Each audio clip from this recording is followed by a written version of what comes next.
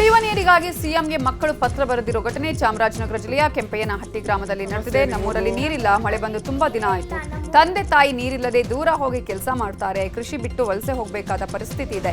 ಹೀಗಾಗಿ ನದಿ ಮೂಲದಿಂದ ಕೆರೆ ಕಟ್ಟೆಗಳನ್ನು ತುಂಬಿಸುವಂತೆ ವಿದ್ಯಾರ್ಥಿನಿ ವರ್ಣಿಕಾ ಸಿಎಂಗೆ ಪತ್ರ ಬರೆದು ಮನವಿ ಮಾಡಿಕೊಂಡಿದ್ದಾರೆ. ಕರ್ನಾಟಕದ ಮುಖ್ಯಮಂತ್ರಿ ಸಿಎಂ ಅವರಿಗೆ ಪತ್ರ ಬರೆದಿದ್ದೇನೆ. ನನ್ನ ಹೆಸರು ವರ್ಣಿಕಾ ಆರ್. ನಾನು ಕೆಂಪೇನಹಟ್ಟಿ ಎಂಬ ಗ್ರಾಮದಲ್ಲಿ ವಾಸವಾಗಿರುತ್ತೇನೆ. ನಮ್ಮ ಊರಿನ ಹೆಸರು ರಾಮಾಪುರ ಹೋಬಳಿ, ಅನೂರು ತಾಲೂಕು, ಚಾಮರಾಜನಗರ ಜಿಲ್ಲೆ. ನಮ್ಮ ಊರಿನಲ್ಲಿ ನೀರಿನ ಸಮಸ್ಯೆ. ನೀವು ನಮಗೆ ಸಹಾಯ ಮಾಡಬೇಕು. ನಮ್ಮ ಊರಿನಲ್ಲಿ ನೀರೇ ಇಲ್ಲದೆ ಜನರು ದೂರ ಹೋಗಿ ಕೆಲಸ ಮಾಡುತ್ತಾರೆ.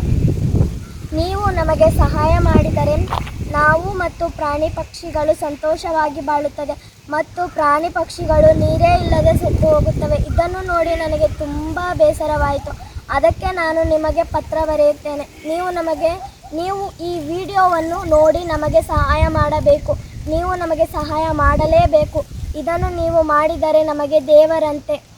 ನಮ್ಮ ಊರಿನ ಸಿದ್ದರಾಮಯ್ಯ ಸರ್, ನೀವು ನಮಗೆ ದೇವರಂತೆ ಕಾಣಿಸುತ್ತೀರಿ.